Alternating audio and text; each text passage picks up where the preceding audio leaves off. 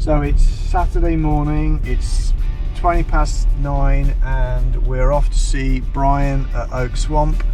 If you watch my channel, which you are doing, you may well watch Brian's. He builds specials, pre-war specials. He's a very cool bloke, so we're off down to see him, hopefully going the right way, and we're going to see if we can help with one of his projects. Right, I'm down at Oak Swamp. This is where all the magic happens. This is the icon, the legend known as Brian. You viewers will recognise that vice. It's been taken many a beating. They'll recognise the mess.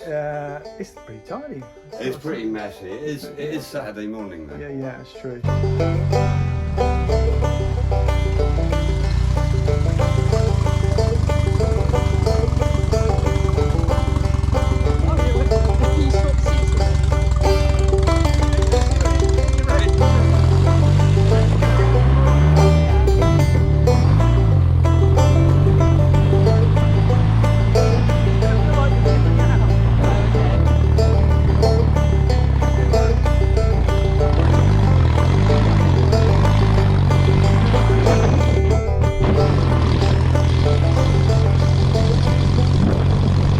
Are you videoing this? Good, excellent. So the main thing is to completely blank that off. Yeah. Fix it. This also fix it, but you need a neck. Yeah. Okay. We can draw this on if we want that to be the best. Yeah, got Sharpie. Yeah. I noticed that you always use a red, Brian, and is it some kind of satanic, you know? What, red markers? Behaviour. Yeah. It's to do with the occult, Chris. Yeah, I thought it was. Red mark. Why was this cut out in the first place? Because it was like, It was mean. imagine you bought a MIG welder and you're an accountant and you've never changed a fuse. Right. It's welded on like that. Yeah, okay. What do you think, Nat? Absolutely, go for it. I think Nat, this could be your apprentice piece. You could learn to weld on You this. could. If you can weld this, you can fucking I weld was going anything. to say, I might find Yeah. Yeah. Okay. Let's take it back to the bracket factory and see what magic can be worked or otherwise. When you want, Chris, Yeah. just as a reassurance, when you want something done rough, right, I'm there, man. Yeah. I'm there waiting. I'm waiting to do it. Cool. Right. Whip it out. You reckon? You whip it out, and we'll see what we can do.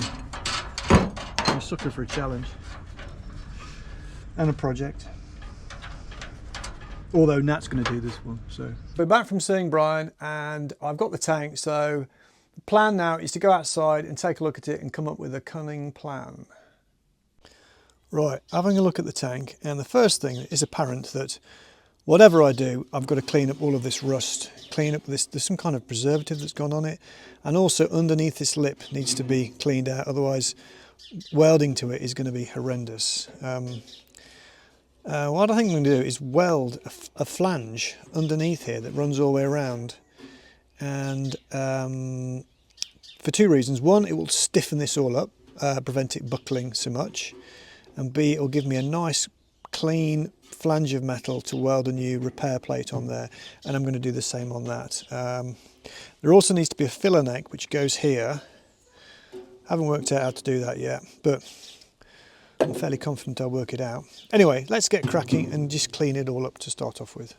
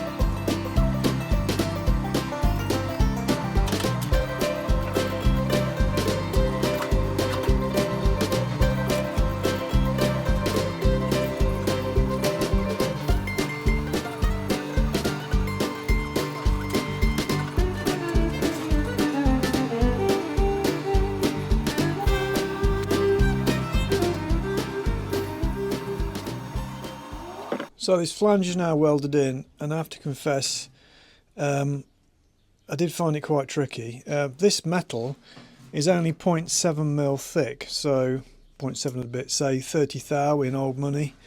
So it's a bit of a sod. If you're trying to weld the overlap, it just disappears backwards. It's just so thin. But not my finest work, but Brian did say it doesn't have to be immaculate. So this is the repair plate. Now, as you can see, it needs to be bent to fit. Can't really start hammering it in situ because it'll just smash the tank in because it's so thin. So what I need to do, I need to put some kind of curve on this, not much of a curve, and try and get it touching all the way around. I mean, I can go in at this and I can bend this down. Again, can't be too rough because I'll just stretch it if I'm not careful. So I'm going to put a slight curve in this and then see if I can't tack this in situ. And then when I've done that, I turn my attention to this one. It's a different story. We'll get onto that. We'll cross one bridge at a time, shall we? Let's get this one done. So this is my roller. So I'm just going to try and put a very slight radius in this. Radius? Curve even. I suppose it is a radius. Not much. It's virtually nothing so far. Let's keep on going. The good thing is if you put too much of a bend in it, then you can always take it back out again with a hammer. Yeah, okay, so we've got a bit of a rock on that. So let's soften that up and see how it fits.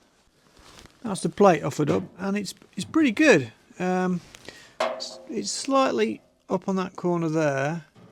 I might just tap that down, but I think that's probably good enough to try and tack it in. I'll probably tack it in at the corners first, get the corners down, and then should be able to become a much better beater weld on it because I've got a lot more meat to play with now, so it should make it, hopefully, fingers crossed, a bit easier.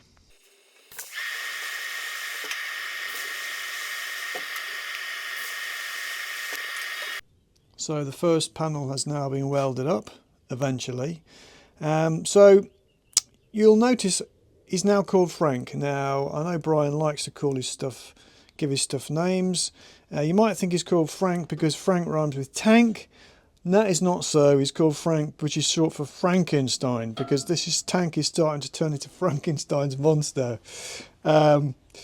With the benefit of hindsight, I'm not sure I should have welded this up. It just was horrendous. It's so thin, and it's kind of buckled the tank a bit. Not too bad, and we're not even halfway through yet. So, got 2 more jobs, or 3 more jobs. One, we've got to put that on there. I'm definitely not going to try and weld that on there. What I might do is actually weld a flange on this, cut a hole in there, and solder it on. And this hole here, I can't use the same method because I can't weld the flange underneath, and even if I could, I'm not sure I would. I've got a double thickness there because this inner baffle has been spot welded on or soldered and then chopped through, so I can't get a flush flange underneath there. So I could partially flange it. What sort of term is that? I think I'm going to attempt to solder a closing plate on there. So I might do that next. I think do that next, and means I can weld. Well, I can weld this thing, which is stainless, which I got off Brian, and he got it off the Harley Boys, I think. So yeah, I'll weld a flange on there and see if I can't solder it on there. The slight snag is that this is curved, so the flange that I weld will have to be curved as well. So might have been easy to make a new tank, mate, but anyway, let's crack on.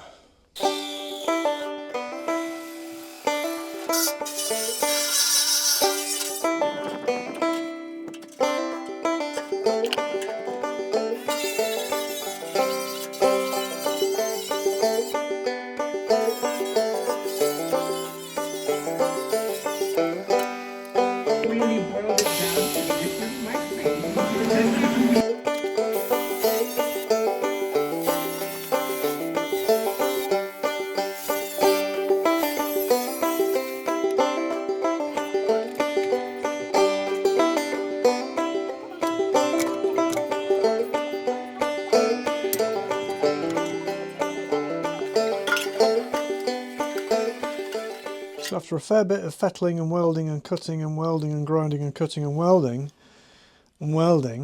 I've put these panels in. It's best to describe these as repair panels, I suppose. So I am going to solder these two, but because this metal is so thin, 0.7 mil, the minute you even breathe on it, it warps. So the last thing you want to be doing when trying to solder it is it all warping all over the place. So I've just tacked these plates in, so it brings the overall thickness up to over 2 mil. So it should be pretty stable when I'm trying to solder a panel on top of here, and it's going to have to go down over this cut line here, and then obviously I've still got to make the neck with a flange, which is going to solder onto there. So I think the next thing I'll tackle is the neck with the flange. Let's do that next.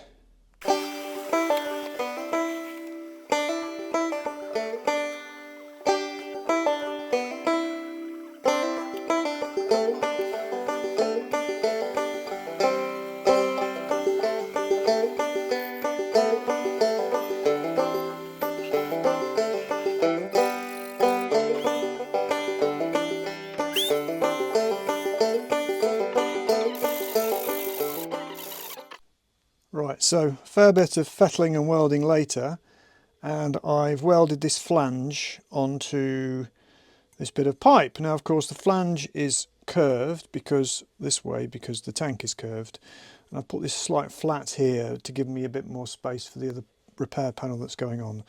So this turned out all right. You noticed I welded the flange on when the pipe was still sticking through. That's to give yourself a bit more meat to play with, so you don't blow a hole in this thin stainless. And then trimmed it off with a Dremel. So yeah, without further ado, let's try and solder it onto the tank.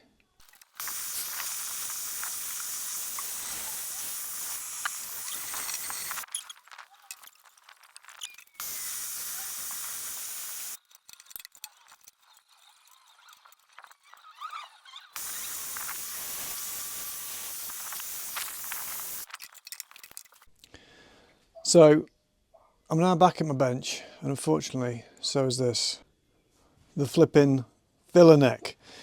So I had 4 goes at soldering this on, and as you can see they weren't successful.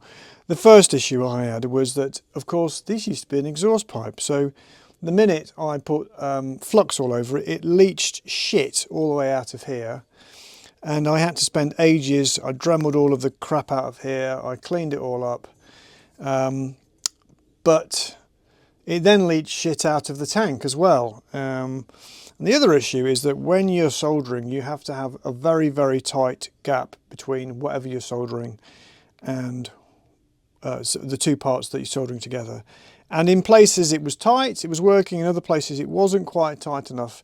So it's capillary action which draws the solder in, and it wasn't working. So after 4 goes, I feel fairly confident I could do it on the 5th go, but there is a slight snag. And the slight snag is this hole here. Even if I do solder that on successfully, I think I could, the chances of me soldering a panel all the way around that is a long shot. It's gonna leach crap from out of this crack here, and I also run the risk of, whilst trying to solder this, that falls off, which is highly likely.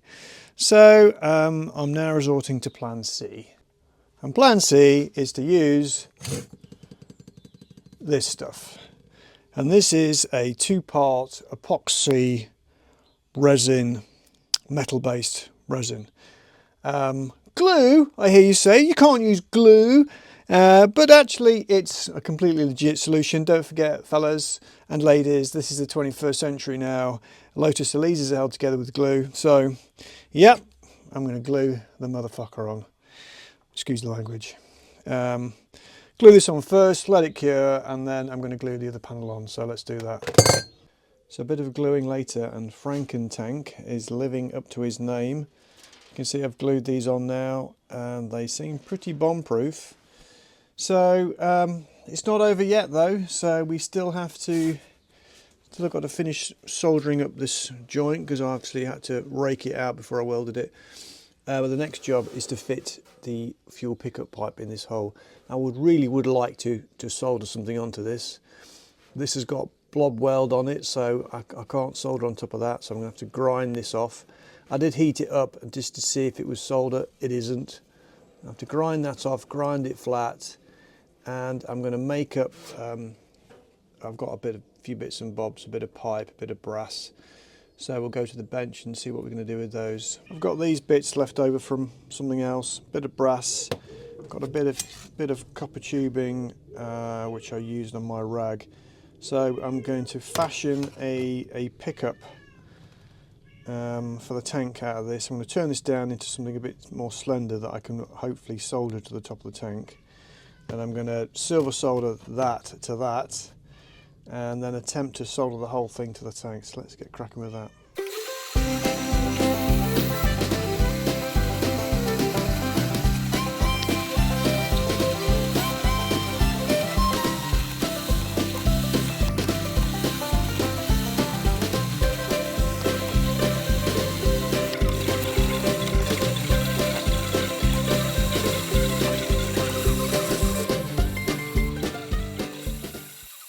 So I've turned up this little brass bush, and the plan now is to solder it to this pickup pipe. The idea is that it basically sits on the bottom of the tank like that, rather than just poking down. That's the plan. I mean, if there's lots of shit in the tank, then it should be sucked up and trapped in a filter, but hopefully there won't be lots of shit in the tank. So I'm going to solder this on. I'm going to silver solder this on because silver solder's got a higher temperature than normal solder, so that when I come to solder it onto the tank, it doesn't all melt. So that's the plan anyway. So let's silver solder that on now.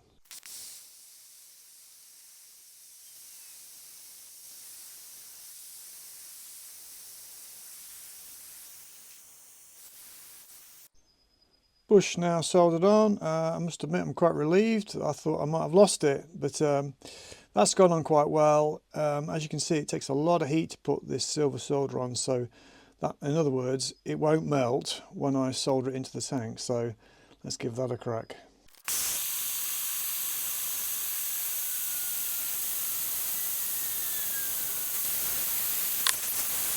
So I'm both pleased and relieved that this worked. So I've got a nice big heavy soldered joint now, and this is solid. Obviously the silver solder wasn't going anywhere because it's got a much higher melting point. So that's back on. So we're nearly there. Going to make a closing plate for that. Just a simple plate, so at least we can seal it. It's going to have a sender in there eventually, but at least we can seal it and see if it actually holds any fluids. And then we can give it back to Brian, and he can decide whether he's, after all this, he's actually going to put it on the car. Will Frank the tank go back on the car? That's the question. So last but not least, we've now got a closing plate. It's made out of 3mm steel. It's got a little gasket in there to seal it. It's got a weird pattern, five bolts, and they're 3/16 BSF. So that'll do until Brian can find a new sender for it. That's it, the tank's done. I've got to admit that is the most difficult thing I think I've ever tackled. Everything about that tank was a complete nightmare. But it's done now, and I'm not sure whether Brian's going to thank me or punch me in the face, but we'll soon find out, because he should be coming up next weekend. I'm going to give him the tank back, and I'm going to give him a guided tour of the workshop and show him all of the bits and bobs. There's quite a few things that I've not shown anybody yet, so if you want to see any of that, make sure you hit subscribe, but also keep an eye on Brian's channel, which is Oak Swamp. If you've got any comments about what I've just done, then please feel free to leave any comments. Good, bad, ugly. If you've got any top tips for me, please share. The whole thing was a massive learning curve for me, and hopefully you may have benefited from seeing what works, what doesn't work, different options, whether it's glue, solder, weld, silver solder, Christ knows what. Anyway, that's all for now, and thanks for watching.